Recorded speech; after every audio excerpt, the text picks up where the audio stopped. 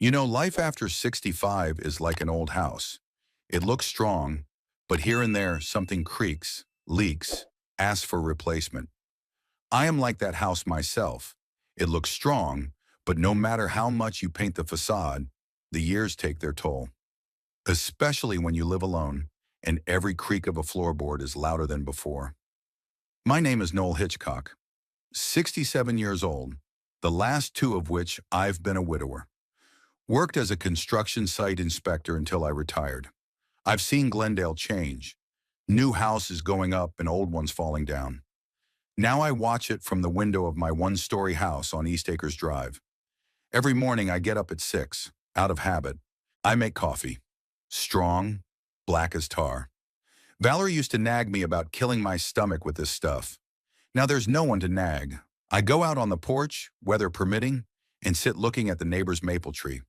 When we moved in, it was a thin twig. Now it's grown so big that it shades half the yard. Today I was going through the photos again. Old ones in a cardboard album with frayed corners. Valerie always made sure the pictures were neat, signed the dates on the back in her small handwriting. I remember the day Wesley was born.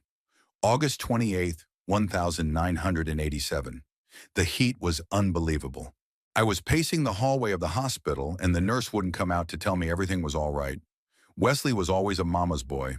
Even in this picture, he's 3 years old on his birthday. He's holding tightly to Valerie's hand, and he's turning away from my outstretched palm. I remember at the time I joked to the guests, he's like his mother, just as stubborn.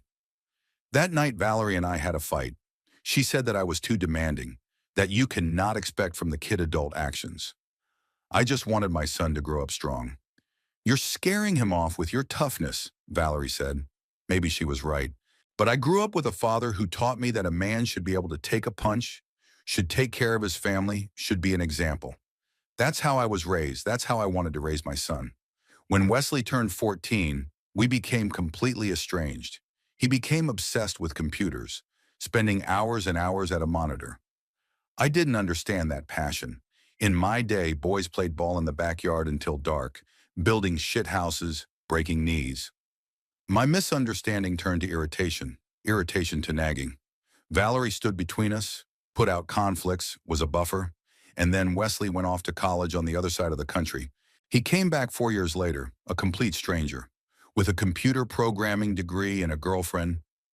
Adeline Brooks, tall with straight, dark hair and sharp eyes. She looked at me with a kind of appraising gaze like she was calculating how much trouble I could get her into.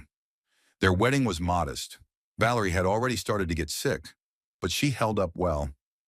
I remember her crying when Wesley put the ring on Adeline's finger. I stood next to her, awkwardly stroking my wife's back, and looked at my son.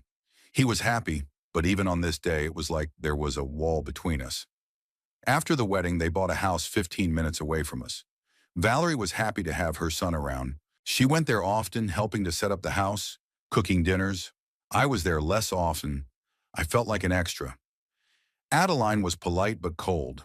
When I came in, the conversations died down. Wesley would start talking about work, the weather, anything but what was important. And then Valerie got worse. Pancreatic cancer is a merciless diagnosis. 6 months of struggle, hospital corridors, IVs, and pain. Wesley came every day after work, sat with her mother. They'd whisper about something, sometimes laugh. When I came in, Wesley would shut up, get serious, like I was a stranger invading their world. Valerie left quietly in her sleep. It was raining that day, and the drops drummed on the roof like time was rushing by. At the funeral, Wesley was distant. Adeline was beside him, her hand on his elbow, clinging, possessive. I stood opposite, across the grave, and there was not only a hole in the ground between us, but a chasm of misunderstanding. After the funeral, the house became quiet, unbearably quiet. I wandered through the rooms, stumbling over Valerie's things, her robe on the bathroom hook, hairpins on the dressing table, an unread book with a bookmark. The house was full of ghosts of the past, and I didn't know how to live with them. A month later, I called Wesley. Adeline answered the phone. Noel, her voice sounded strained. Wesley can't come over right now. He's, busy. Tell him I called. I wanted to ask how he's doing. Dash dash. Sure, short pause. You know, he's having a hard time. Why don't you give him some time? I did. A week, 2 weeks, a month. Called again and again, I got polite refusals. Finally, one day, I just got in my car and drove to their house. Wesley answered the door. He was gaunt, with dark circles under his eyes. Dash, Dad? What are you doing here? I came to see my son. Can I come in? He reluctantly stepped aside. The house smelled of fresh baked goods and a scent I didn't recognize, maybe candles or incense. The living room had changed. A new couch, paintings on the walls that hadn't been there before. Is Adeline home? I asked, sinking into a chair. No, she had a meeting with a client. She works as an interior designer. Do you want coffee? He was fussing in the kitchen, rattling cups. I sat there thinking, I don't know what to talk to my own son about. How was work? I asked him when he came back with 2 cups. It's okay, lots of projects. You look tired. Tough times, he shrugged. We'll get through it. We talked about the weather, about politics, about the renovation he was doing to the bathroom. Not a word about Valerie. It was as if, by unspoken agreement, we were skirting the important stuff. When the front door opened and Adeline walked in, the atmosphere changed instantly. Wesley straightened, tensed. She stopped in the doorway, glanced around the scene, me in the chair, Wesley on the couch, cups on the table. Noel, she nodded. What a surprise. I thought I'd stop by, see how you were doing. We're doing fine, she echoed Wesley's words. Aren't we, darling? Wesley nodded. I noticed his gaze flickered toward her, whether seeking approval or fearing disapproval, I couldn't tell. I've been thinking, I began, that we should see each other more often. Valerie would like that. Adeline slowly lowered herself into the chair across from me. Her face was impeccably polite, but her eyes remained cold. Noel, we appreciate your concern, but we need space right now. Wesley's going through a very difficult time, and he doesn't need to be emotions he doesn't need. Emotions is what she called my attempts to reconnect with my son. I'm his father, Adeline. I don't think my presence is unnecessary. Of course not. Her smile didn't affect her eyes. Dash. I just mean we need time. Family time. At the time, I hadn't yet realized that in her vocabulary, family didn't include me. Wesley sat staring into his cup as if he hoped to find all the answers there. Son, I addressed him directly, I just want us to stay in touch. Life is too short for... Dad, he finally looked up. Adeline's right. We need time. Mom, her leaving. It's complicated. I looked at my boy, who had turned into a man dependent on his wife's nod. What did that woman do to you, I wanted to ask. Where did that stubborn boy who argued me to the point of hoarseness go? But instead I just nodded. Okay, I understand. I set the cup down. Call me when you're ready. Adeline walked me to the door. On the threshold, she touched my shoulder lightly, a gesture that should have looked caring, but felt like a marker of territory. We'll take care of him, Noel. Don't worry. I went to see them a few more times. Each visit was shorter than the last.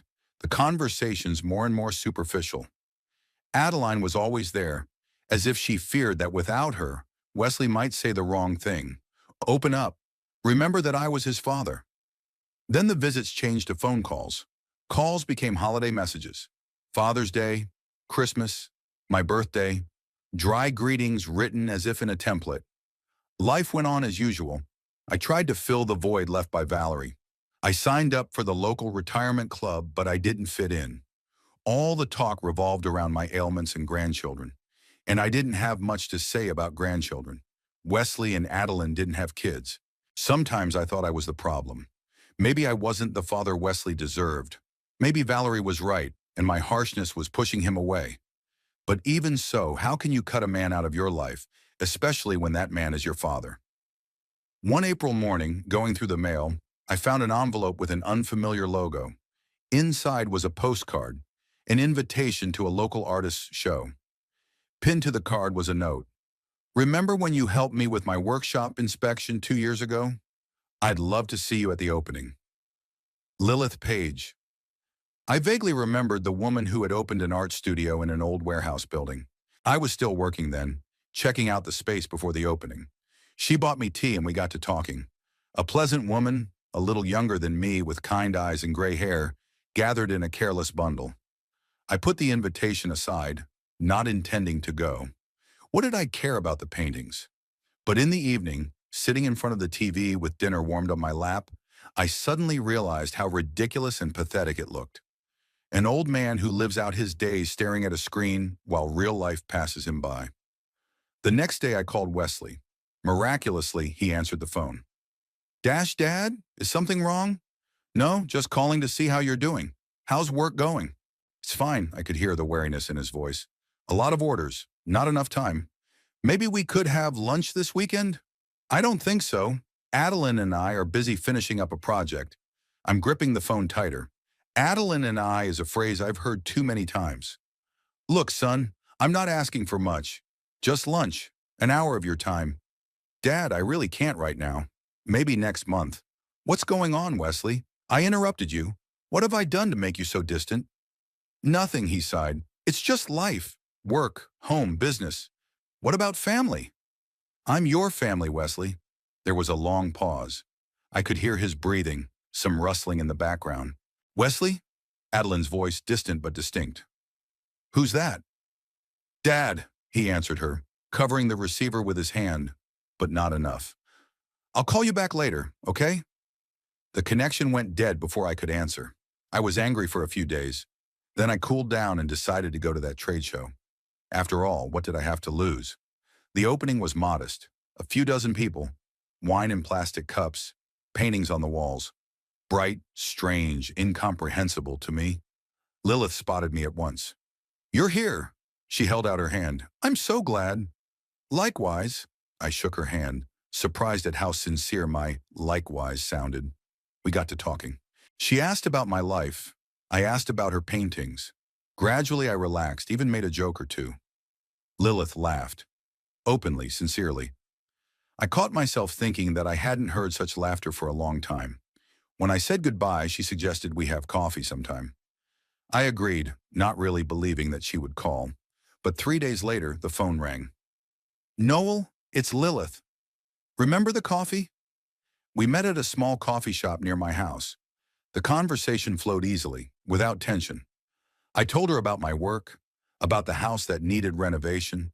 She, about her paintings, about her studio, which she maintains purely for the soul. Her main job, as it turned out, was with Glendale Social Services. Helping old people with paperwork, benefits, she explained. Not the most fun job, but somebody's got to do it. It's a noble job, I nodded. What about your family? Any kids?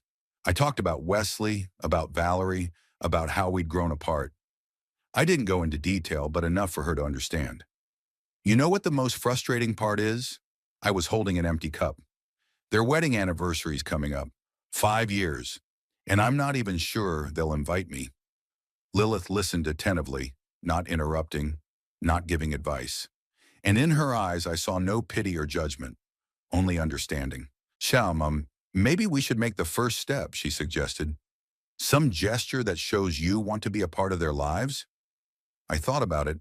The idea seemed reasonable. But what could I do? A card? A gift? It all seemed too mundane, not enough to break through the wall Adeline had built. And then it hit me.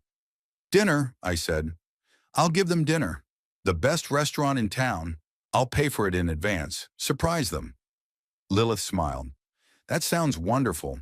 I think they'll appreciate the gesture. I wasn't sure about it, but I decided to take a chance. After all, what did I have to lose but money? And money? Well, after Valerie's death, I realized I couldn't take it with me. After saying goodbye to Lilith, I drove home with a light heart and a plan of action. I believed that this gesture could melt the ice between us, that Wesley would remember that I was his father, that even Adeline wouldn't be able to resist the old man's sincere desire to be part of the family. How wrong I was. La Maison was the name of the restaurant I'd chosen for the surprise, the most expensive and pretentious place in all of Glendale. I've never been there.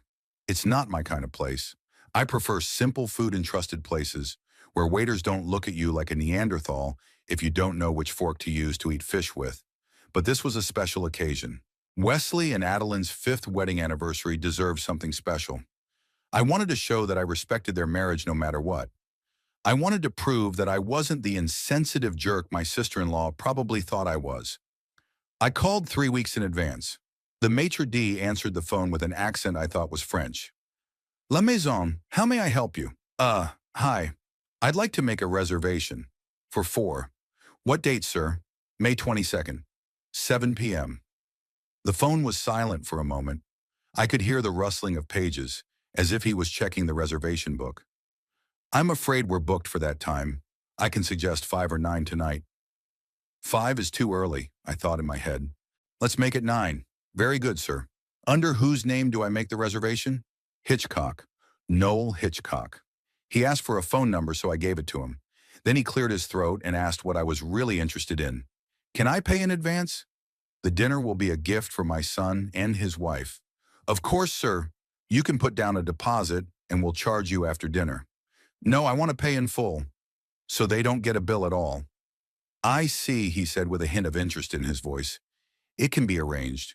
You'll need to come in person with a credit card. We'll make the payment in advance.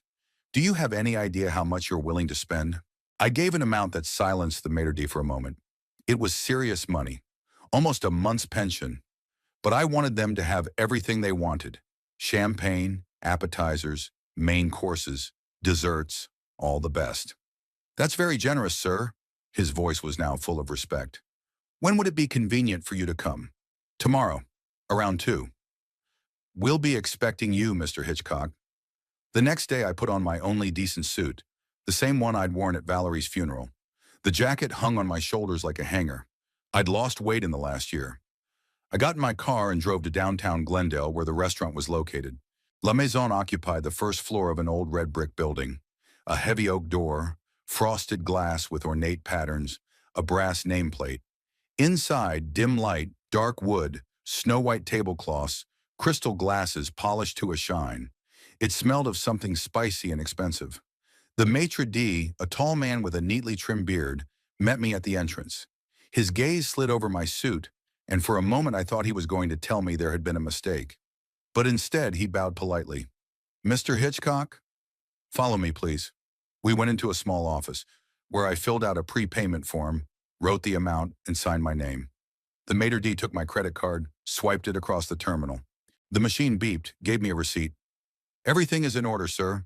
May 22nd, table for 4, 9 p.m. All charges up to that amount will be considered paid. Guests will not be charged. Is that correct? Yes, I nodded. One more favor. Could you serve champagne for dessert? With a note. It's their wedding anniversary. Of course, sir. What should the note say? Write it. I've been thinking. Love father. When I left the restaurant, I felt lighthearted. For the first time in a long time, I felt like I was doing something right, that this gesture could pull a thread between me and my son, maybe even between me and Adeline. On the way back, I stopped at the supermarket. I wandered between the shelves, scooping up whatever I could find in my basket: bread, milk, canned goods. My thoughts revolved around the upcoming surprise. How would Wesley react? Would he be pleased? Or would he be embarrassed that his father was intruding on their holiday? A voice caught me off guard. Noel, it's you, isn't it? I turned around and saw Lilith. In a simple blue dress, with a bag over her shoulder, she was standing by the shelf of cereal. Lilith, hello. I felt myself grinning like a fool. What a coincidence. She nodded at my basket. Are you making any serious purchases? Just little things. I waved my hand. And you? See. Buckwheat. She showed me a packet. I'm trying new recipes. By the way, how's your restaurant plan coming along? We left the store together. The conversation flowed easily, without tension. I told her about the reservation, about the prepayment, about the champagne note. She listened attentively, nodding. Do you know where I'm going now? Lilith asked when we pulled into the parking lot. To the park. The local orchestra is playing there tonight. It's a free outdoor concert. Would you like some company? I hesitated. I haven't been to one of these things in a while. What would an old man like me be doing there? Come on, Lilith smiled as if reading my thoughts. It'll be fun. And if not, you can always leave. We left the groceries in my car and walked to the park. It was a warm, sunny day. The trees rustled with young leaves, and the air smelled of cut grass and flowers. I caught myself thinking that I hadn't noticed such things for a long time. A small crowd had already gathered in the park. People had laid out plaids on the grass and folding chairs. The orchestra, 15 men in white shirts, was setting up on a small stage. We found a free seat on a bench under an old maple tree. "Do you like classical music?" Lilith asked. "To be honest, I don't know much about it," I admitted. "Valerie did, especially Chopin.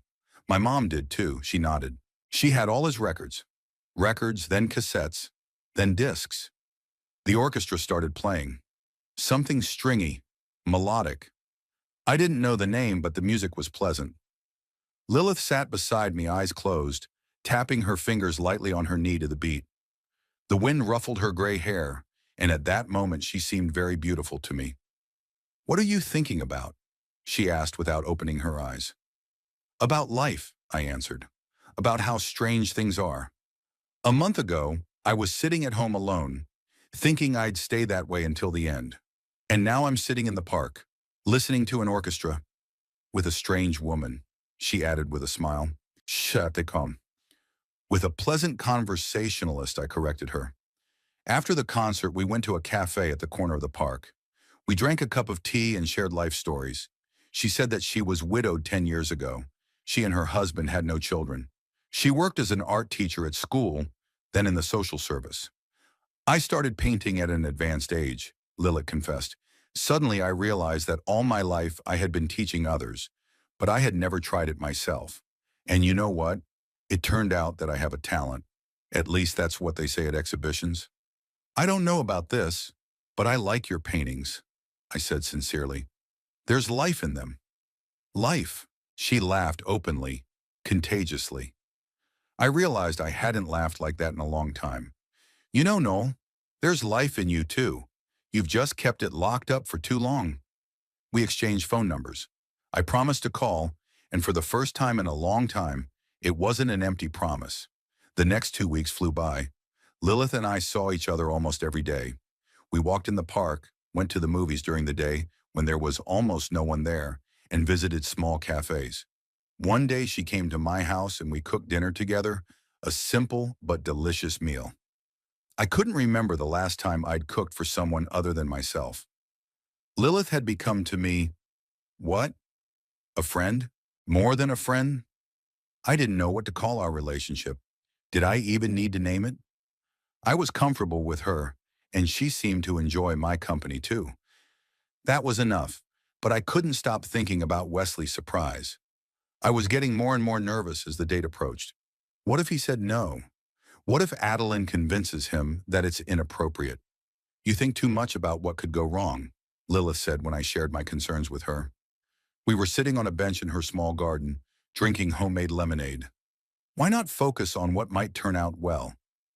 "Because I'm a realist," I sighed, "and I know my sister-in-law." "Have you thought about just talking to your son, directly without intermediaries?" "That's easy to say. He's always with her, or at work." "Call him at work," Lilith suggested. Dash. "Or go there. Sometimes you have to be persistent." I thought about what she said. Maybe she was right. Maybe I'm too passive. Always waiting for Wesley to make the first move, and he expects the same from me. The next day I called the office of the IT company where Wesley worked. The clerk on duty answered that Mr. Hitchcock was in a meeting and wouldn't be in until 3. I decided to go there. I picked out a decent shirt, shined my shoes.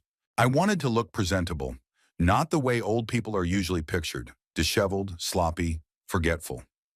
The office was in a modern glass and concrete building. Inside, cool air-conditioned air, soft lighting, quiet music. A young woman with bright red hair sat at the front desk. "What can I do for you?" She looked up from her computer. "Good afternoon. I'm here to see Wesley Hitchcock." "Do you have an appointment?" "No, but I'm his father. I wanted to surprise him." She gave me a sizing look, like she was checking to see if I was telling the truth. She picked up the phone, dialed a number. "Mr. Hitchcock, there's a visitor for you. He says he's your father." "Okay, got it." She hung up and smiled. "He'll be right down. You can wait in the lounge area." She pointed to the leather chairs in the corner of the lobby. I sat down with my hands folded in my lap. I was nervous as a boy. What would I say? How do I explain my visit? Wesley showed up 5 minutes later. He looked like a real businessman in a light gray suit with a neat haircut. It made me proud to see my boy grow up to be such a man. Daddy? He came over frowning. Is something wrong? No, nothing. I stood up. I just thought I'd drop by. Are you busy? Actually, yeah. He looked at his watch. I have a meeting in 20 minutes. I see. Why don't we go outside for a minute? Get some air? He hesitated but nodded. We left the building and walked to the small square across the street. We sat down on a bench. So, what happened? Wesley asked. You've never come to the office before. I wanted to talk about your anniversary, I began. 5 years is a serious date. Oh, that, he shrugged. Yeah, we're going to celebrate sometime. It's not a big deal. I have a suggestion. I drew in a breath. I want to give you a present. I already have, to be exact. Wesley tensed. I saw something flicker in his eyes. Apprehension? Distrust? What gift? I made reservations at La Maison. May 22nd, 9 p.m. For you and Adeline. La Maison? He whistled. It's the most expensive restaurant in town. I know. That's why I picked it. I want you to celebrate properly. 2 days before Wesley's wedding anniversary, I was still holding out hope. Every time the phone rang, my heart jumped. What if it was my son? Suddenly, he'd tell me they'd changed their minds, that they were waiting for me at the restaurant, a silly old man with silly hopes. The morning started as usual. I got up at 6, made coffee, went out on the porch. The neighbor's maple tree rustled its leaves. Sparrows fought over the crumbs I'd left on the railing yesterday. An ordinary morning of an ordinary day. Nothing foretold that today would be the day my patience would finally break. My phone rang as I finished my second cup of coffee. A message. From Wesley. I clicked the icon, expecting the usual, "Hey Dad, how's it going?" or something like that. But instead it read, "Don't come over, my wife prefers just her family at dinner." I reread it 3 times, not believing my eyes. Not "we've decided," not "I'm sorry, but we can't," but "my wife prefers," and not even a call, a message. As if he couldn't work up the courage to say it with his voice. Or more likely, like he didn't write it at all. I knew Adeline, knew her style, her coldness, her ability to manipulate my son. Her family. Not our family, but her. Like I had nothing to do with Wesley, like there was no blood connection between us. A hot wave rose from my chest to my throat. Something between rage and resentment. Something sharp, burning. I tossed the phone back on the couch, stood up, walked across the room. My hands were shaking. My breath hitched. Only her family! Those words pounded in my temples. There were no parents from Sacramento, no family dinner Adeline had talked about. They were just going to a restaurant, another restaurant, to celebrate, and they didn't want to see me around. I grabbed my phone, dialed Wesley's number, a beep, a long beep, and finally voicemail. He didn't pick up. He knew I was going to call, so he cowardly hid behind the answering machine. Wesley, my voice sounded hoarse. I got your message. I won't pretend I'm not hurt. But you're a grown man. It's your choice. If you'd rather listen to your wife than invite your father to a family party, well, I understand. So be it. I blacked out, realizing I hadn't said half of what I wanted to say. There were more words bubbling up inside. Angry, bitter, accusing. But what good would they do? Words wouldn't fix what was broken between us. The phone beeped again. Another message from Wesley. Sorry, Dad. We'll definitely get together later. Maybe next week? Later. It's always later. How many times have I heard those promises, and how many times did they turn out to be empty? I didn't answer. What can I say? It's okay, son, I understand. That's a lie. You broke my heart, you ungrateful puppy. True, but meaningless. Words won't change the fact that Wesley made his choice, and that choice is not me. Suddenly it hit me. The restaurant, the reservation, the money. Why the hell should I pay them for a fancy dinner after this? I grabbed my phone, found the number for La Maison. La Maison, how can I help you? Same French accent as last time. Good afternoon. This is Noel Hitchcock. I have a reservation for the day after tomorrow, May 22nd, 9 p.m. Just a moment, sir. Let me check. Pause, rustling of papers. Yes, that's right. Table for four, full payment in advance. Any change? Yes. I swallowed a lump in my throat. I'd like to cancel the reservation. I'm sorry, sir, but I have to warn you that for canceling in less than 48 hours, we charge the full price of the— I don't care, I interrupted. Cancel the reservation, and I want a refund on my card. Sir, as I said— Look, my voice trembled with restrained anger. I understand your rules, but this is a special case, a family emergency. I'm not asking for everything back, but at least some of it. There was a pause. I could hear muffled voices. The maitre d' must have been conferring with someone. Mr. Hitchcock, he said at last, considering the amount of the advance payment and the fact that you are our valued customer, we can meet your needs. We'll refund 70% of the amount. That's the maximum possible in this situation. Okay, I exhaled. Thank you. The refund will be processed within 3 business days. We hope to see you at our restaurant another time. I hung up the phone.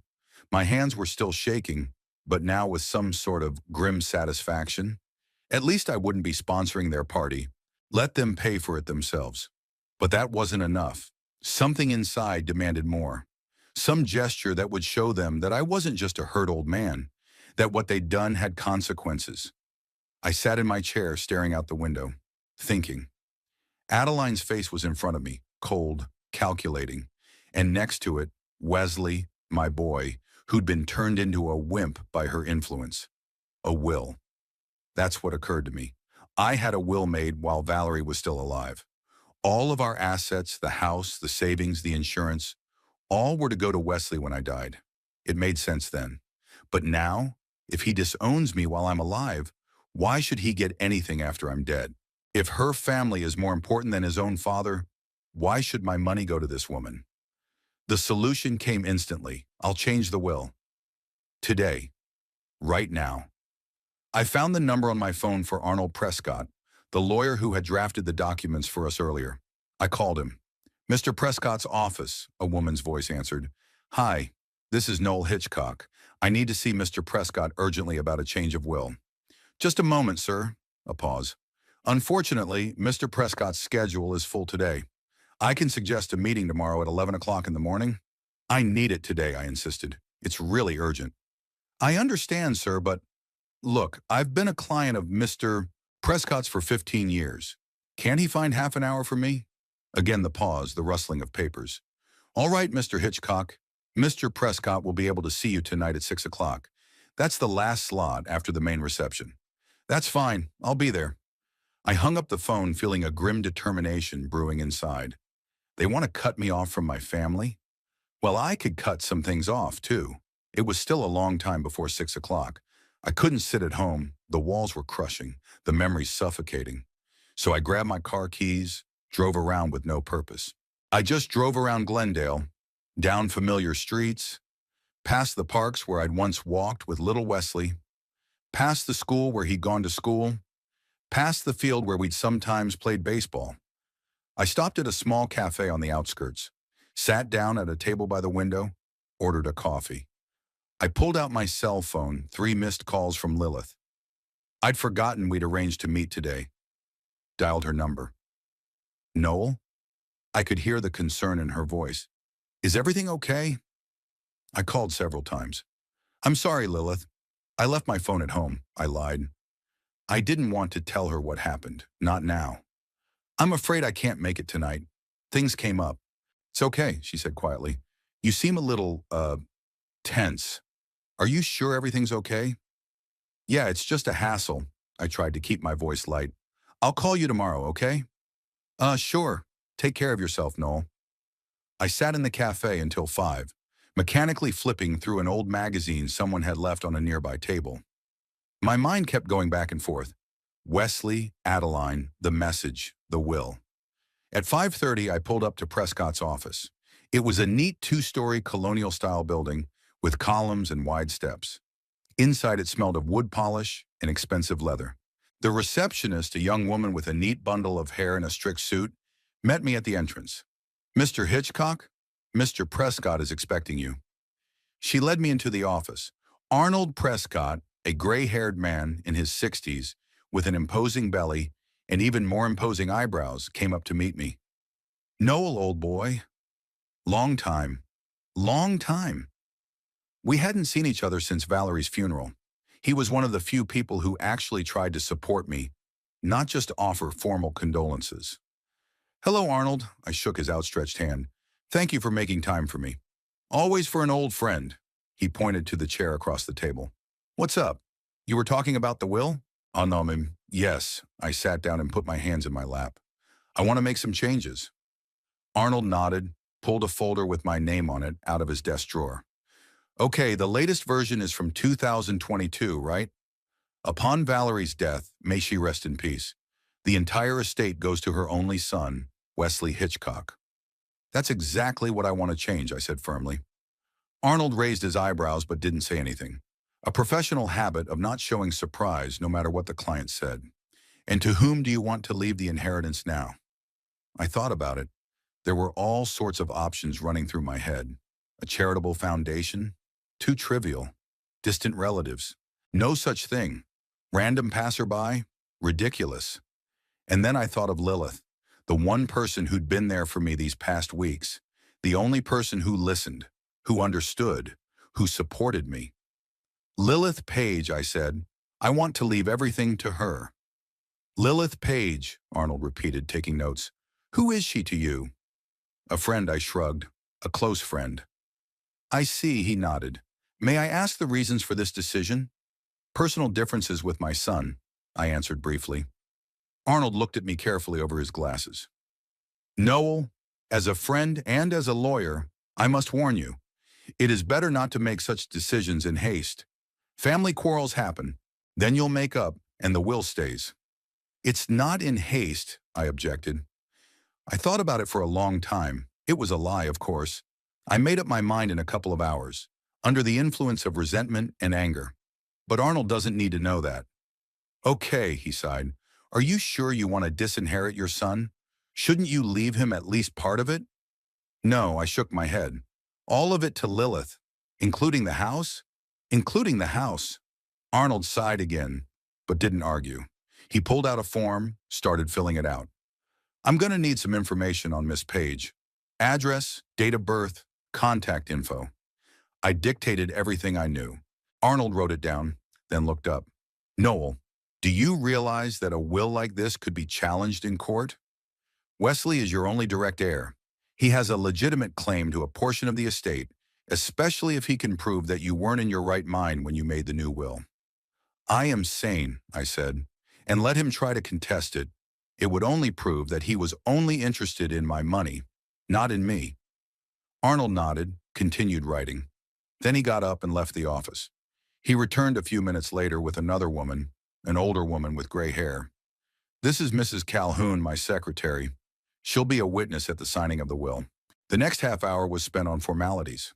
Arnold read the clauses. I nodded. Mrs. Calhoun sat beside me, occasionally adjusting her glasses. Finally, everything was ready. "Sign here, here, and here." Arnold pointed to the places to sign. I took the pen. For a moment, my hand hovered over the paper. Do I really want this? Isn't it too cruel? The message came to mind. "Don't come. My wife prefers to have only her family at dinner." My hand went down to the paper. I signed firmly, without hesitation. "Congratulations," Arnold said without a smile. "You have a new will." He made several copies. He put one in the safe and gave me the other. "Keep it in a safe place," he advised. "Wexin, but think again. A will can be changed at any time." I nodded, shook his hand, thanked him. I went outside, clutching the folder with the document. Inside was a strange mixture of feelings. Satisfaction, bitterness, doubt. But determination prevailed. Let him know that his choices had consequences.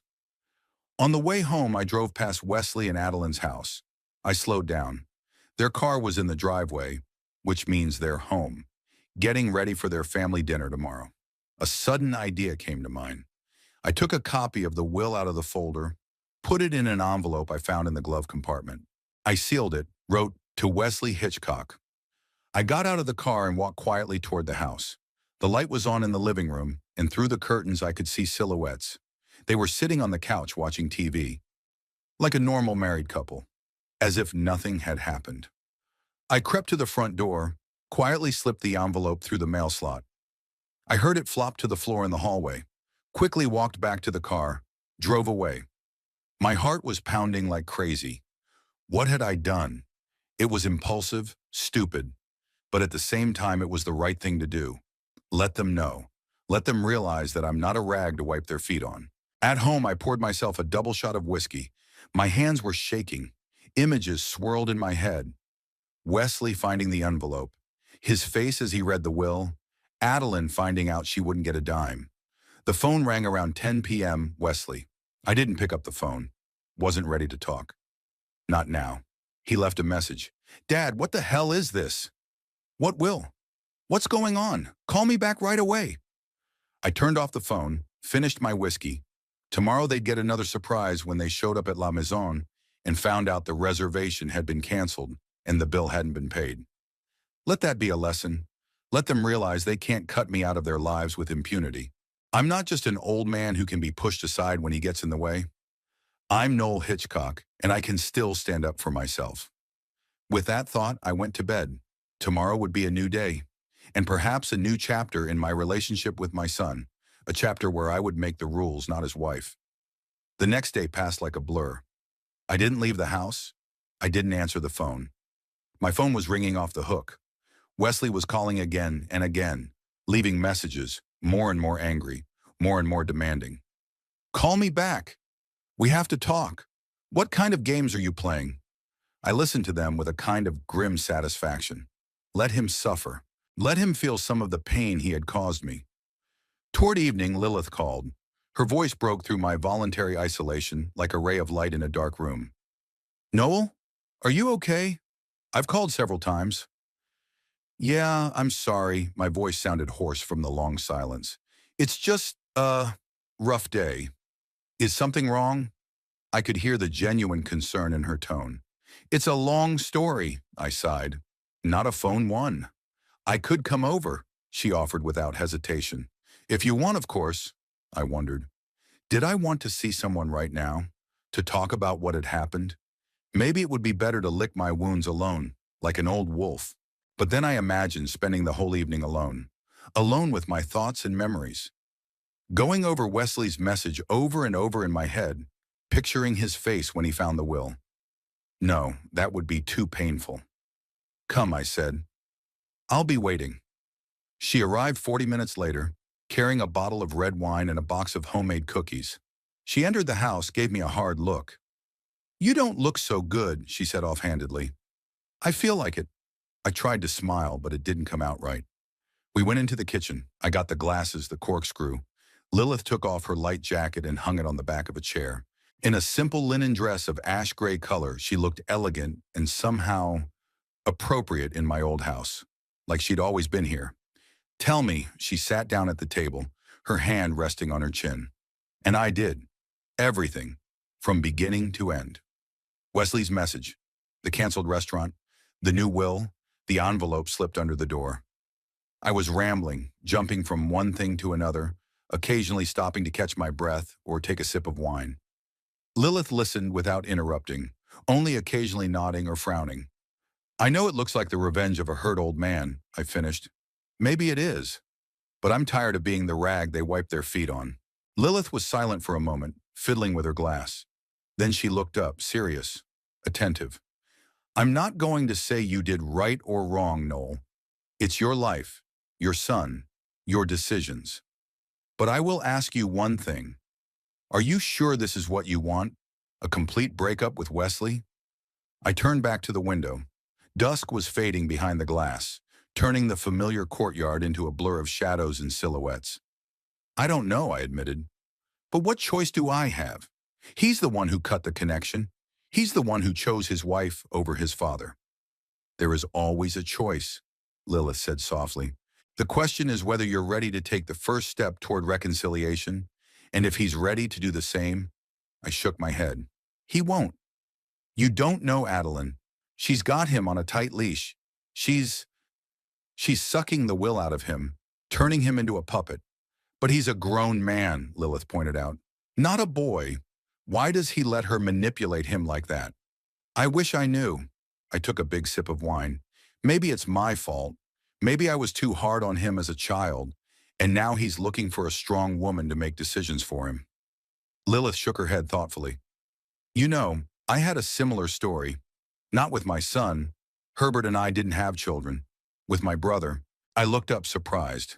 She'd never mentioned a brother before. Earl was 5 years younger than me.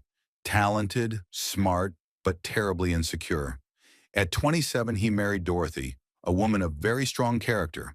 I sensed something wrong right away. She was literally consuming him, deciding who he should be friends with, where he should work, how he should dress. She even decided I was a bad influence because I meddled too much in their lives. Lilith poured more wine, broke off a piece of cookie, but didn't eat it, just crumbled it with her fingers. Earl and I had always been close, but gradually Dorothy had distanced him from the rest of the family. First rare visits, then only holiday calls, then nothing.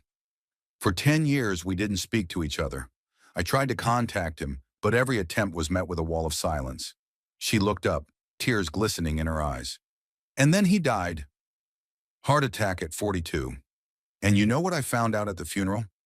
That 3 months before he died, he'd divorced Dorothy. That he was going to call me, to reconnect. But he didn't. I didn't know what to say. Her story was like an echo of my fears. Could something like this happen to Wesley? Would we die without making up? Don't make the same mistake I did, Noel, Lilith said softly. Don't wait too long. Pride is a bad counselor when it comes to family. But what can I do? I asked. He chose a side. He chose her. Maybe, she shrugged, or maybe he's just confused. You said he called you several times today. That means he cares. I shook my head. He called because of the will, about the money. You can't know for sure, Lilith countered. Maybe he's just hurt that his father cut him out of his life so easily. He cut me out of his life. Are you sure? She raised an eyebrow. Or was it Adeline? You said yourself that the message sounded like she wrote it. I wondered. Indeed, the phrase, "My wife prefers to have only her family at dinner," sounded like Wesley was just relaying her words. Maybe he didn't mean to turn me down. Maybe he just didn't have the courage to stand up to his wife. But then I thought back to our relationship over the past few years. How Wesley had grown more and more distant, how he'd called less and less, how he'd always found excuses not to see me. It had started before Valerie's death, but it just became more obvious afterward. I don't know, I said honestly. But even if I did, was that an excuse? Shouldn't a grown man have his own opinion? He should, Lilith agreed. But sometimes we all need help finding our voice, especially when you're around someone who's manipulative. We sat in silence, finishing our wine. It was finally dark outside the window. I turned on the table lamp, and the kitchen was filled with a warm, yellowish light. In that light, Lilith's face seemed younger, softer. The wrinkles in her eyes creased into rays as she smiled. You know, she said suddenly, when Earl died, I found an old picture of him among his things. Me and him on the beach, me 12, him 7, building a sandcastle. He'd kept that picture all these years, even when we weren't in touch. Maybe deep down inside, the connection was never broken. I thought about the photo albums I kept in my closet, of snapshots of little Wesley. Here he is taking his first steps. Here he is walking to first grade with a huge bouquet. Here he is getting his college diploma. Does none of this mean anything? Could years spent together be erased by one message? One thoughtless act? I was a strict father, I admitted, staring into my glass. Maybe too strict. I wanted to raise him to be a real man, strong, independent. And it turned out to be the opposite. You did what you thought was right, Lilith said softly. We all make mistakes. It's not what we do when we realize our mistakes that matters. What do I do now? I asked. Should I call him? Apologize for the will? Only you can decide that, she touched my arm. But I think it can't hurt to talk. It couldn't possibly get any worse. I glanced at the phone on the table. The screen was dark. I'd turned it off this morning, tired of the incessant ringing. Should I turn it back on? Should I call Wesley back? Part of me, that stubborn, proud part of me that looked so much like my father, resisted. Why should I make the first move? Why should I apologize? He's the one who gave up on me. He's the one who chose his wife over his father. But the other part, the part that ached and longed for a son, whispered, "Call me, before it's too late, before there's a chance to make things right." "I'll think about it," I said finally. "But not today. I'm too tired today." Lilith nodded understandingly. "Of course. You don't make decisions like that on the run." We finished our wine, finished our cookies. The conversation turned to other topics, lighter, less painful. Lilith talked about her work in social services, about the people she helped, about the problems she faced. I listened, grateful for the opportunity to take my mind off my own thoughts. Around 11 o'clock, she started to go home. "It's late," she said, looking at her watch. "I have to go." "I'll walk you home," I offered. "No need. I have a car," she smiled. But thanks for the offer."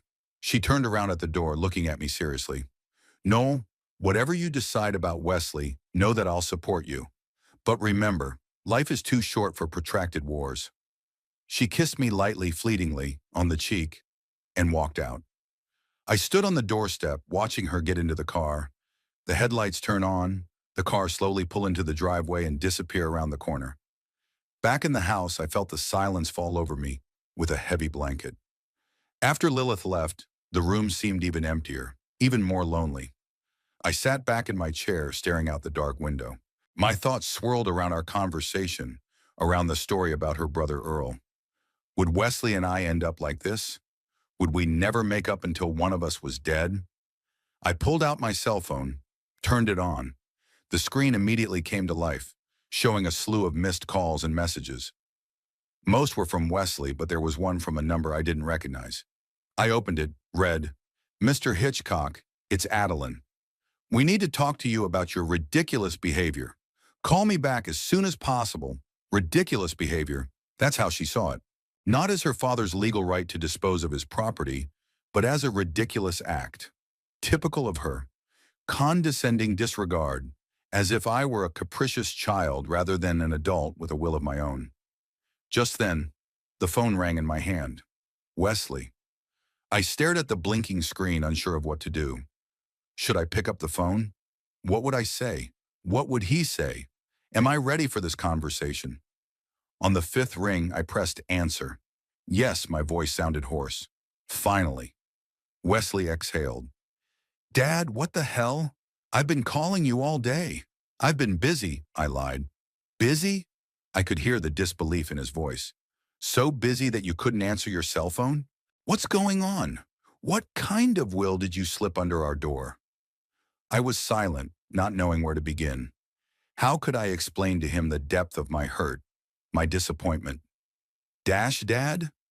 There was a note of concern in his voice. "Are you here?" "Yes," I took a deep breath. "I'm here, and the will is real, if that's what you mean." "It's real?" He was practically screaming. "Are you serious? You're disinheriting me over some stupid argument? A stupid fight?" Now I was starting to raise my voice too. "You call this a stupid argument?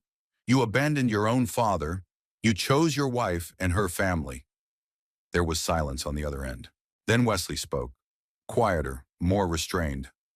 "I don't know what you mean." "What, her family?" "Don't pretend." I felt my anger boiling up inside me again. "Your message was very clear. Don't come. My wife prefers to have only her family for dinner." "What message?" There was genuine bewilderment in his voice. "I didn't write you anything like that." I froze. What kind of game was he playing? Does he think that I don't remember word for word the message, which I had reread dozens of times? "Wesley, enough," I said tiredly. "I saw the message. It came from your number."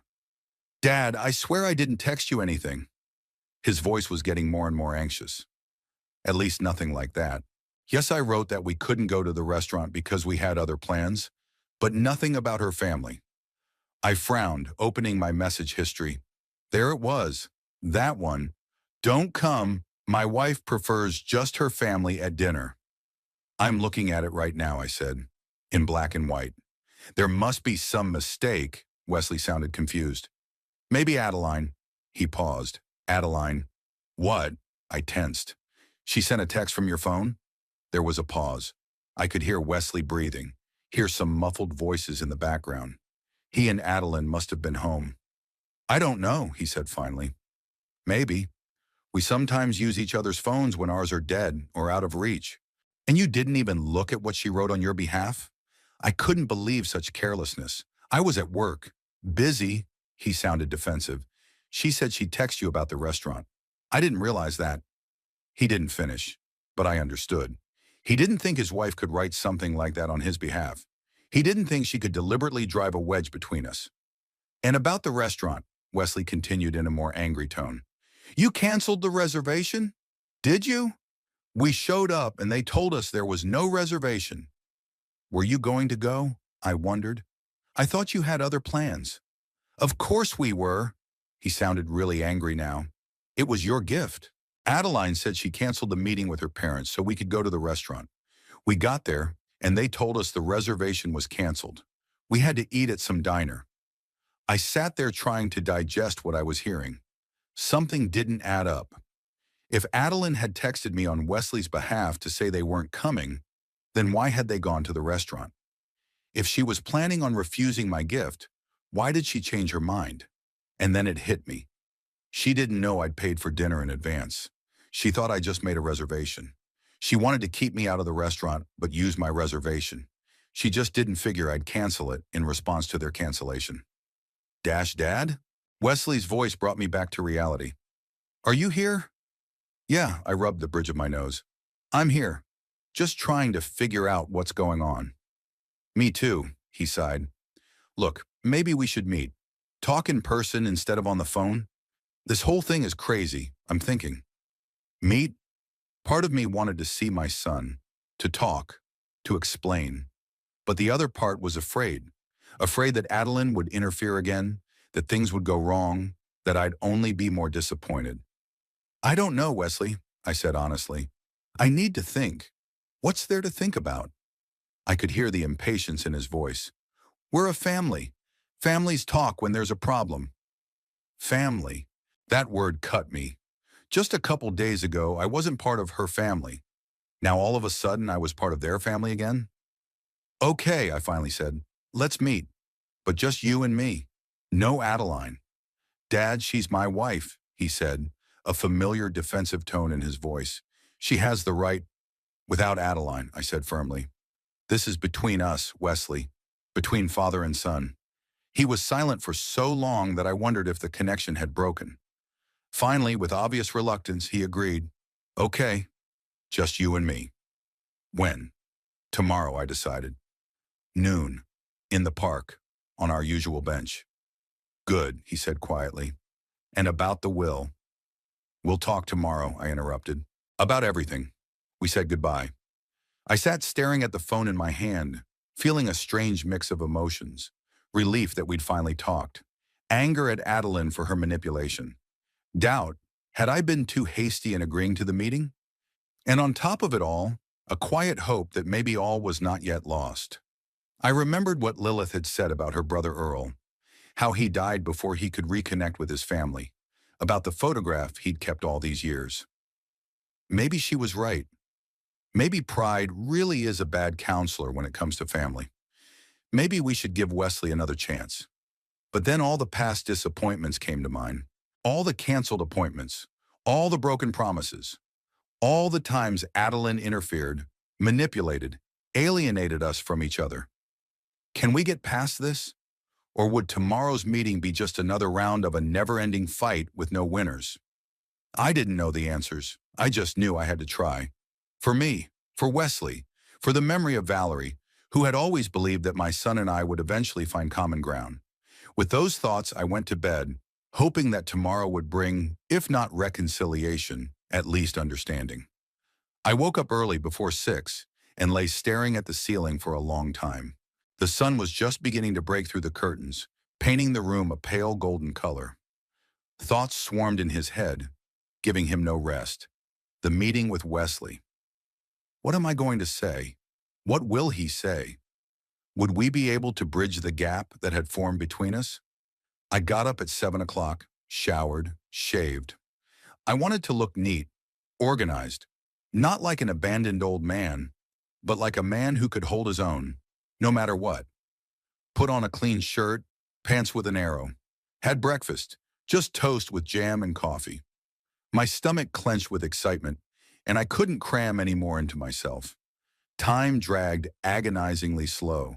I tried to distract myself.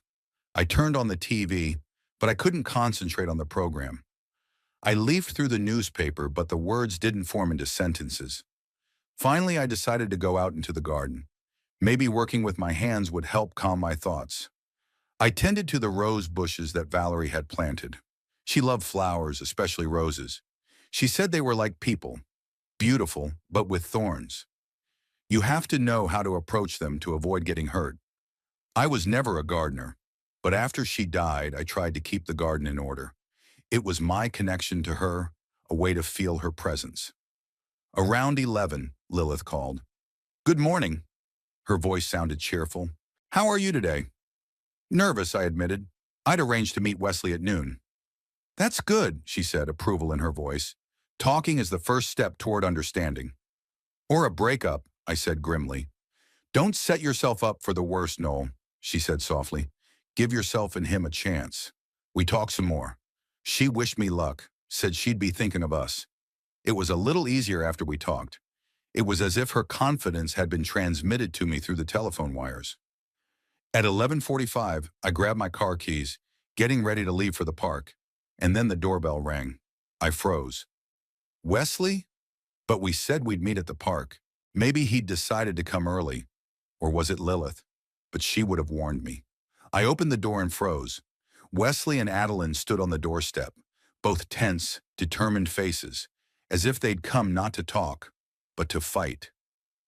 "Dad," Wesley nodded. "Can I come in?" I stared at them, not knowing what to say. We agreed to meet in private. We agreed on the park. And here they were, the two of them, on my doorstep, an hour early. "We agreed on the park," I finally squeezed out. "And that you'd come alone."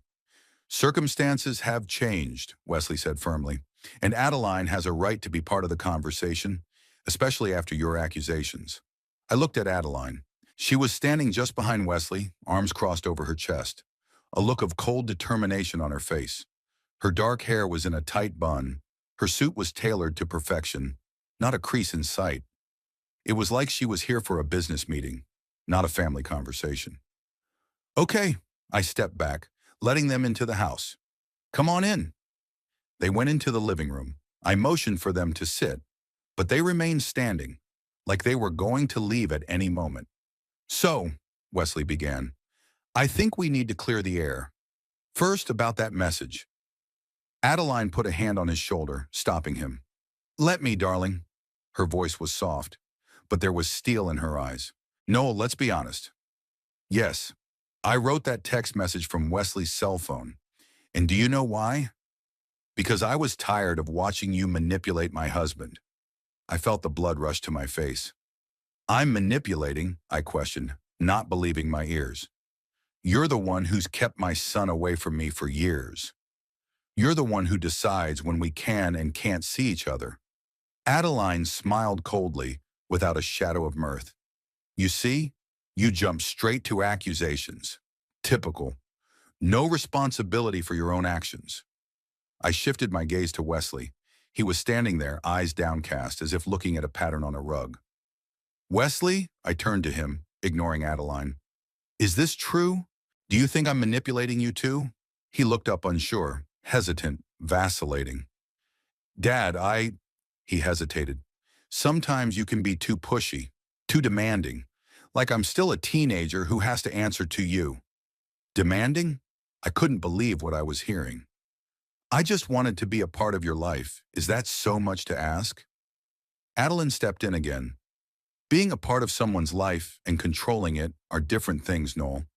You've always tried to control Wesley, first directly with your strictness and demands. Then, when that didn't work anymore, through guilt." I shook my head, feeling my insides boiling. What the hell are you talking about? What control? What guilt? I haven't seen my son in months because you kept finding excuses to cancel our meetings. They weren't excuses, she said coldly. We really have a lot to do. Work, home, friends. Life doesn't revolve around you, Noel. I never demanded that. I felt myself raising my voice, and I forced myself to keep my voice down. I only asked to see my son once in a while.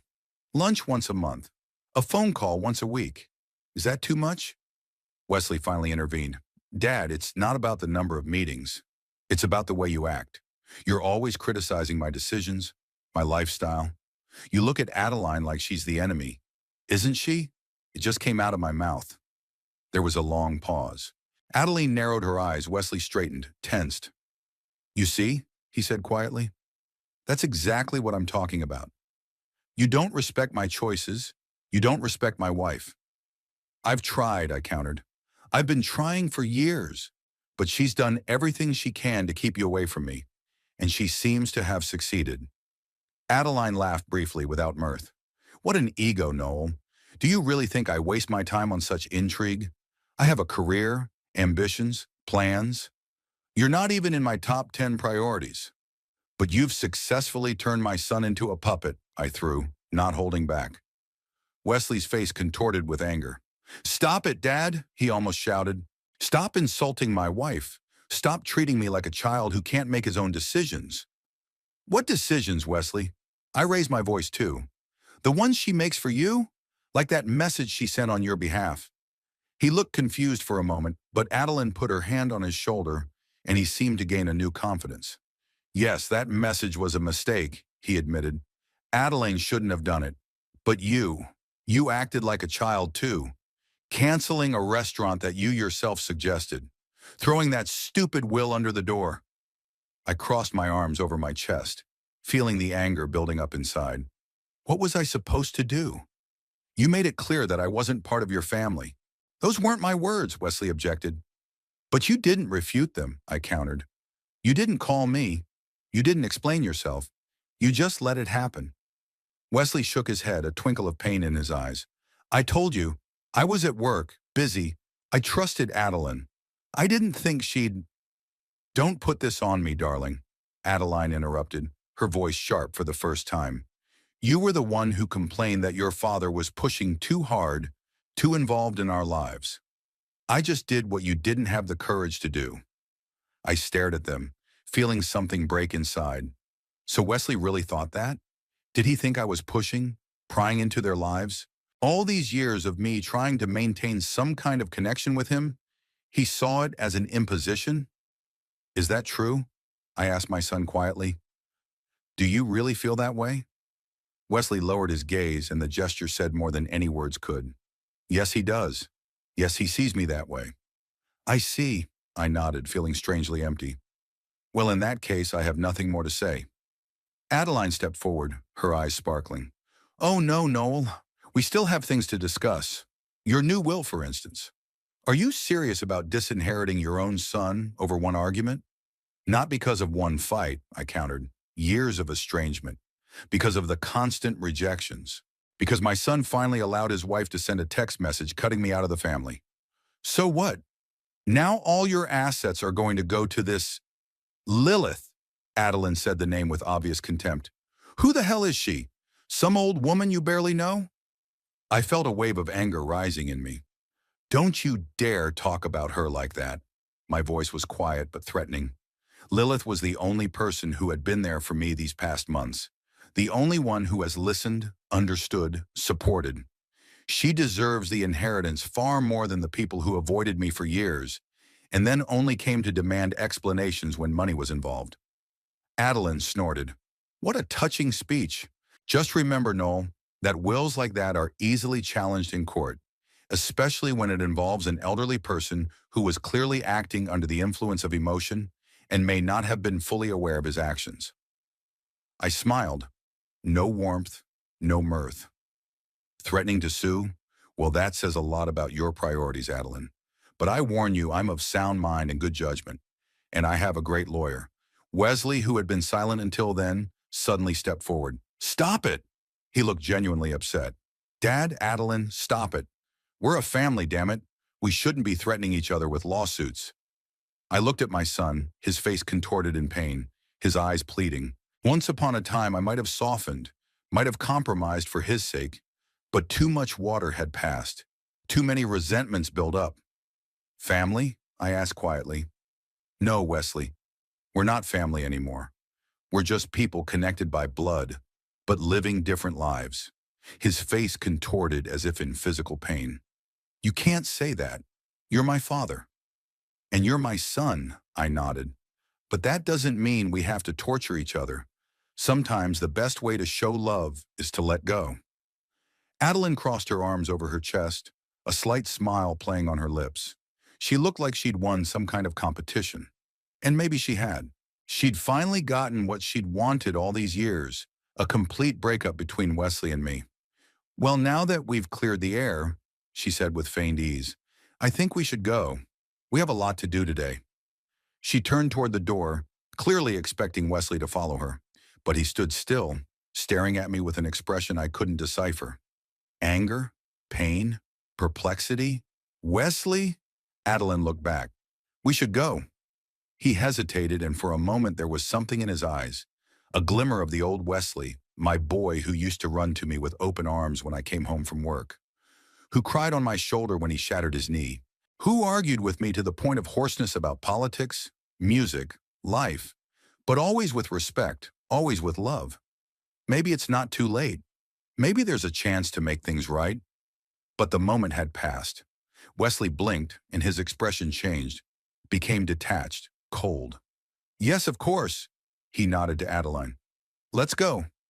He turned toward me, and I waited, maybe for parting words, maybe even a hug. But he just nodded, briefly, formally, and headed for the door. Adeline followed him, but at the very exit she turned around. Her face had changed. The mask of politeness had fallen away, and I saw the real her. Cold, calculating, victorious. You know, Noel, she said quietly, so that Wesley, who was already out on the porch, wouldn't hear. I never wanted to be your enemy. I just wanted Wesley to finally grow out of your shadow, to be his own man, not a boy always seeking your approval. And it looks like I got what I wanted, so, thanks for your help. She smiled a cold, triumphant smile and walked out, closing the door carefully behind her. I stood in the empty hallway, feeling the emptiness growing inside. They were gone. My son was gone. And something told me that this time it was for good. The car started, tires rustling on the gravel of the driveway. The sound faded into the distance. Silence fell on the house, the heavy, crushing silence of loneliness. I walked slowly into the living room and sank into a chair. My gaze fell on the picture on the mantel. Wesley on graduation day, diploma in hand, smiling, full of hope and plans. Next to it, Valerie and I, smiling too, proud. Family. We were once a family. Now it's over. Adeline won. She got what she wanted. Wesley, completely disconnected from his roots, from his family, from his past. Malleable, weak, dependent on her emotionally and apparently financially. And me? What did I get? Proud loneliness? Self-righteousness? What value is there in that when the house is empty and my heart is broken? The phone rang, snapping me out of my gloomy thoughts. Lilith. I almost didn't want to answer, but my hand reached for the receiver. Hello? My voice sounded lifeless. Noel? Her tone became alarmed at once. What happened? How was the meeting? They came to my house, I said. Both of them. Instead of the park. Oh, she was quiet. And how did it go? Terrible, I sighed. A complete breakup. They're gone. Forever, I think. Lilith was silent for so long that I wondered if the connection had broken. I'm sorry, Noel, she said finally. I really am. Do you want me to come over, I wondered. Did I want to see someone now? Talking, explaining, reliving it all over again? No, I decided. Thank you, but, I need to be alone. To process things. I understand. I could hear the sympathy in her voice, but not the pity. Call me when you're ready to talk. Anytime. Thank you, Lilith. I felt a prick of gratitude. You're a true friend. More than a friend, I hope, she said softly. More than a friend, I agreed. We said our goodbyes. I sat in the chair, looking at the photograph and thinking about the strangeness of life. How quickly things change. How easily ties that seemed unbreakable are broken. How new ones suddenly appear. Valerie had always said that life was a constant movement. You can't cling to the past, you have to move forward. Maybe she was right. Maybe it was time to let go of Wesley, to let him live his life, even if that life was with a woman who controlled him. What about me? What am I supposed to do? Sit in an empty house, mourning a broken relationship, or find the strength to start a new chapter? I looked at my phone thinking about Lilith, her kindness, her wisdom, her patience, about how easy it was for me to be with her, how peaceful. Maybe at 67 I could still find something new, something worthwhile. But my thoughts kept coming back to Wesley, the look on his face as he walked away, to that fleeting glimpse of the old Wesley I'd seen before. The mask of indifference had fallen back on his face. What if I'm wrong? What if there's still a chance? What if he needs my help to break free of Adeline's influence but doesn't know how to ask for it? No, those were just the fantasies of an old man unwilling to accept reality. Wesley made his choice. I have to honor it, even if I don't agree with it. I have to let him go. For his sake. For my own. The silence of the house enveloped me like a cocoon. The picture on the mantel was a silent reminder of what had happened and what could never come back. The sun was setting outside the window, coloring the room a golden red. The end. The real final end. Maybe it hadn't come today. Maybe years ago, when Wesley had first brought Adeline into our home. Or even earlier, when I'd pushed my son away with my strictness, failing to strike the right balance between discipline and love. But today I finally recognized that end, accepted it. And there was something liberating in that acceptance, something final, like a period at the end of a long, complicated sentence. I stood up, walked over to the fireplace, picked up the photograph. I looked at it one last time, memorizing every detail. Wesley's smile, Valerie's proud look, my own hand on my son's shoulder. Then he carefully placed the frame in the dresser drawer. Didn't throw it away, didn't smash it, just put it out of sight. Perhaps someday I'll be ready to look at it again, but not now. Right now I needed to move on, find a new meaning, a new purpose. And maybe with Lilith by my side, that wouldn't be as hard as it seemed. It's amazing how fast time flies when you're busy. 3 months flew by like a day. Summer changed to fall, the leaves on the trees turned gold and scarlet, the nights grew cooler, the days shorter. But in my life, for the first time in a long time, there was warmth. It all started by accident, as important changes often do. A week after Wesley and I finally broke up, Lilith suggested we go to the country, just to get some fresh air, to get away from our heavy thoughts. We left early in the morning, when the fog still lingered over the fields and the road was almost empty. Lilith drove, she insisted, saying I'd been too distracted the last few days. I didn't argue. I sat in the passenger seat, staring out the window at the passing scenery, trying not to think about what was behind me. About Wesley, about his cold farewell nod, about Adeline's triumphant smile. After about an hour's drive, Lilith turned onto a country road that led to a small lake. I'd been here before. Valerie, little Wesley, and I had picnicked here a long time ago. But I didn't want to bring it up now. Do you know where we're going? Lilith asked, noticing how tense I was. Pine Lake, I nodded. I've been here before.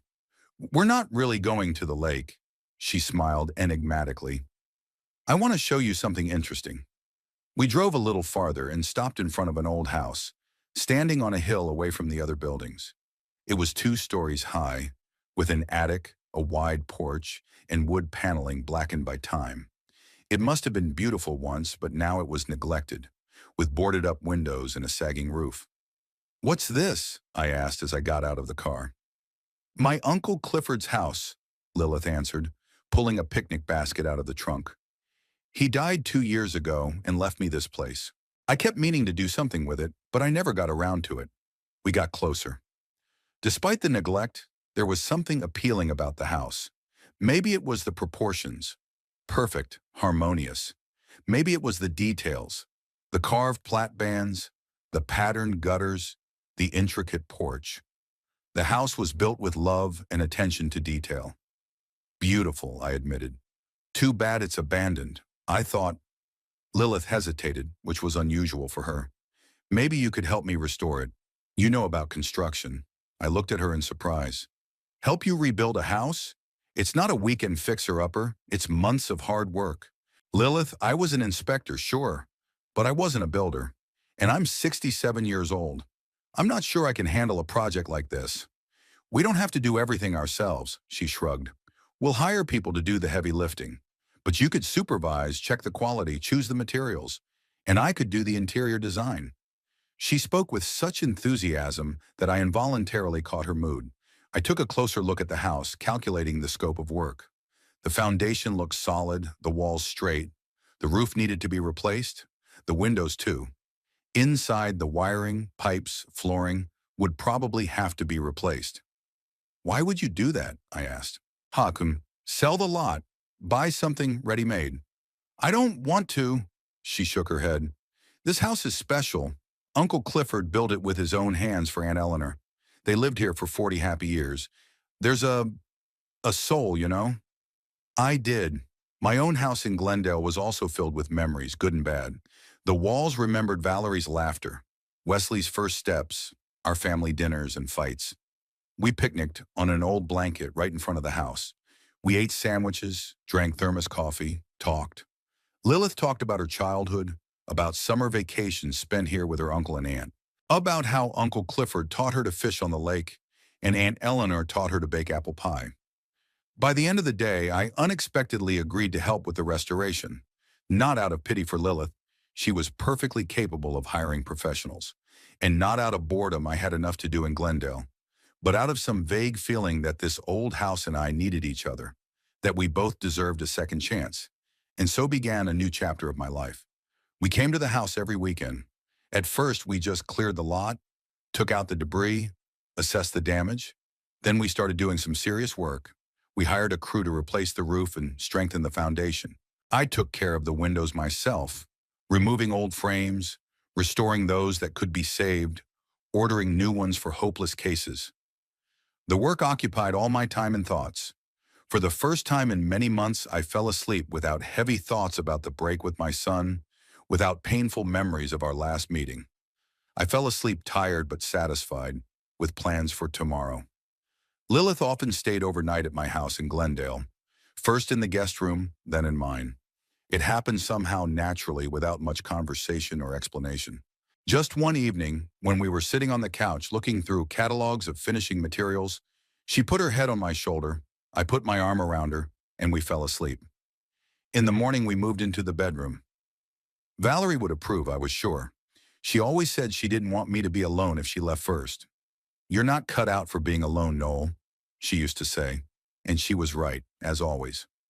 One day, coming home from a trip to the construction store, I found an envelope in the mailbox. No stamp, just a name written in familiar handwriting. To Noel Hitchcock. Wesley's handwriting. My heart skipped a beat. I stood on the porch for a long time, hesitant to open the envelope. What did he want? Another rebuke? Accusations? Or maybe reconciliation? Finally, I opened the envelope. Inside was a piece of paper written in the same neat handwriting. Dad, I'm writing to you because I'm not sure if you'll answer the phone. For the past 3 months, I've been thinking a lot about us, about our family, about what happened, and I've come to the conclusion that we both made mistakes. I should never have let Adeline interfere in our relationship. I shouldn't have distanced myself from you, canceled meetings, ignored calls. You're right. I let her manipulate me, and now I'm paying the price. Adeline and we're not in a good place right now. Since that conversation, things have changed in your house. I've started to notice things I never saw before. The way she controls my every move, every decision. How she isolates me not only from you, but from my friends, my coworkers. I'm not asking you to interfere. I just want you to know that I realize I was wrong, and I'd like to try to make it right. Restore what we've lost. Call me, please. Or text me. Or just let me know you got this letter. Your son, Wesley. I read the letter twice, then folded it and tucked it away in the envelope. There were conflicting feelings fighting inside. Part of me wanted to call Wesley immediately, to tell him that I understood, that I was ready to help, to support him. But the other part, the more cautious, more protective part, reminded me of the years of estrangement, of the pain of the last meeting, of how easily he'd chosen Adeline over me. What if this is another manipulation? What if it was Adeline pushing him to write the letter to get something done, like changing the will back in Wesley's favor? I showed the letter to Lilith when she got home from work. She read it carefully, then looked at me with her direct, clear eyes. "What do you think?" she asked, not giving me advice, not pushing me toward a decision. "I don't know," I answered honestly. "Part of me wants to believe he's sincere, but you're afraid of another disappointment," she finished for me. "Yes," I nodded. "Too many times I've hoped for a rebound relationship. Too many times I'd been rejected." Lilith was silent, giving me a chance to work out my feelings for myself. It was one of the things I valued most about her, the ability to listen without imposing my opinion. "You know," she said finally, "sometimes the best answer is no answer at all, at least until you're sure of what you want." I nodded, agreeing. Really, what was the rush? Wesley's letter isn't going anywhere. I could think about it, weigh the pros and cons, make a decision when I was ready. As the days went by, work on the house continued. I didn't call Wesley, didn't answer the letter, but I thought about him, his words, his problems with Adeline, his request for reconciliation. I thought about it, but I couldn't decide. The pain was too fresh, the wound too deep. One day, about 2 weeks after I received the letter, I went to a large construction store on the outskirts of Glendale. Lilith and I needed special hinges for antique doors, and it was the only place that had the right assortment. I was wandering between the racks looking at the merchandise when I heard a familiar voice. I turned around and saw Wesley. He was standing at the tool counter talking to the salesman. He looked different, slim, with dark circles under his eyes, wearing a wrinkled shirt and worn jeans. Not the well-groomed, presentable businessman I remembered him to be. I froze, not knowing what to do. Walk away unnoticed? Approach? Make conversation? As I hesitated, Wesley turned around and saw me. His face changed. First surprise, then something akin to hope, then uncertainty. He said something to the clerk, stepped away from the counter, and headed toward me. I stood still, watching him approach, my heart pounding faster and faster.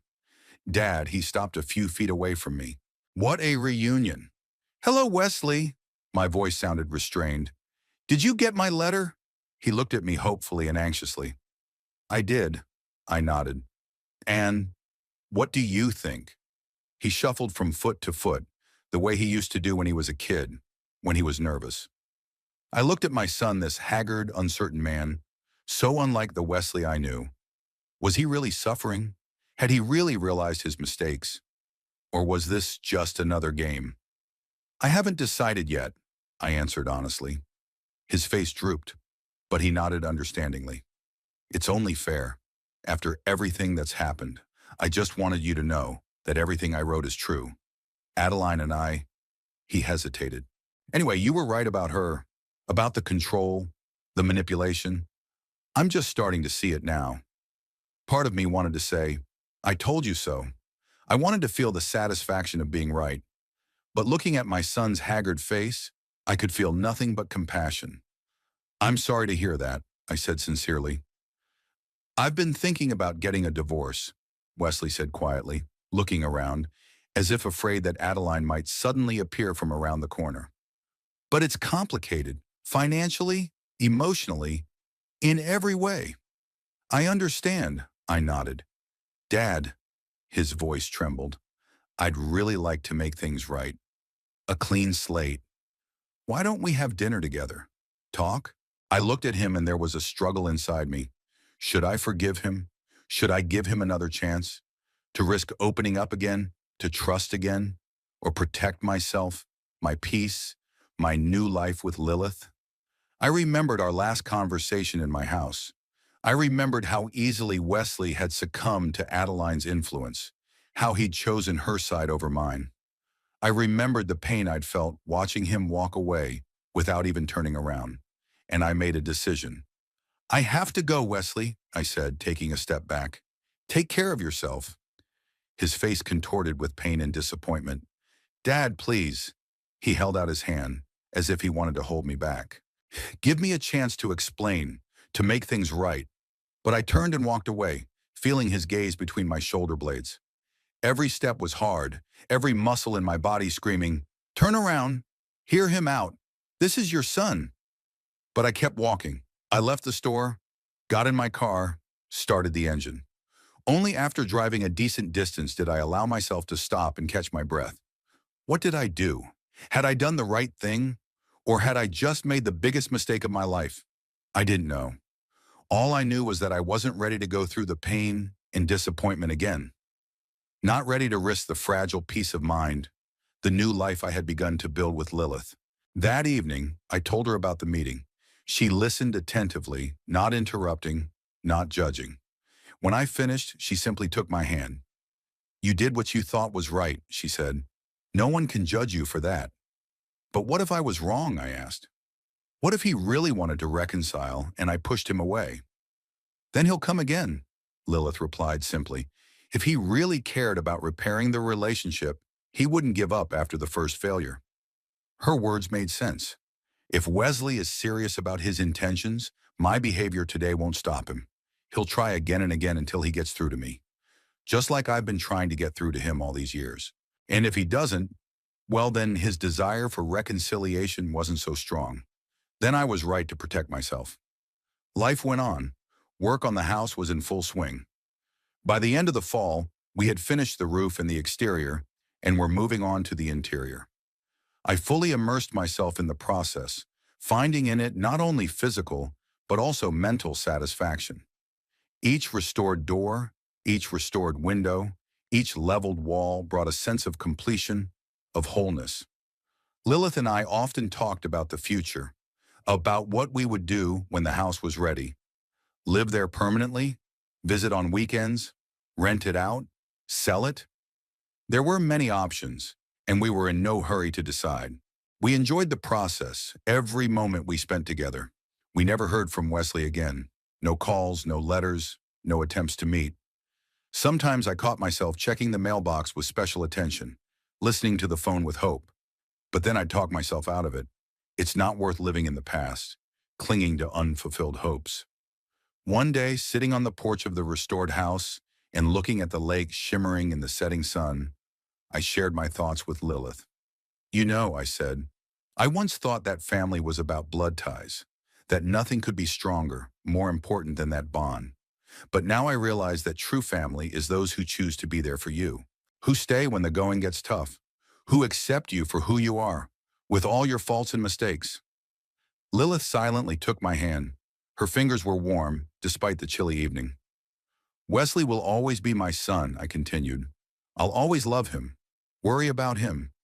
But maybe the best way to show that love now is to let him go, to let him figure out his own life, make his own decisions, make his own mistakes. And if he comes back, Lilith asked quietly, if he tries to reconnect again, I don't know, I answered honestly. Maybe I'll be ready by then, maybe I won't. But either way, I won't wait for that moment, and I won't build my life around it. We sat in silence watching the sunset over the horizon, coloring the lake and the surrounding hills in golden red tones. The new house, our home, stood behind us, sturdy, restored, ready for a new life. And so was I. Not everything in life goes according to plan. Not all connections can be preserved. Not all wounds can be healed. Sometimes you have to let go of what once seemed unshakable to make room for something new. Sometimes you have to stop clinging to the past to see the possibilities of the present. I didn't know what the future would bring, whether I would ever meet Wesley again, whether we'd reconcile, whether we'd find common ground. But I knew one thing. I would no longer be a prisoner of my pain, my frustration, my bitterness. I choose to move on, to build a new life filled with meaning, with work, with love. And in that choice was its own freedom, its own peace, its own wisdom. After all, isn't that what life is all about? Not to cling to every connection to the last, but to be able to distinguish the ones worth keeping from the ones that are better to let go? Some bridges can't be rebuilt no matter how hard we try. Some doors are better closed forever to open new ones. And sometimes the wisest, most courageous act is not to fight to the last, but to accept that some stories are destined to end so that others can begin.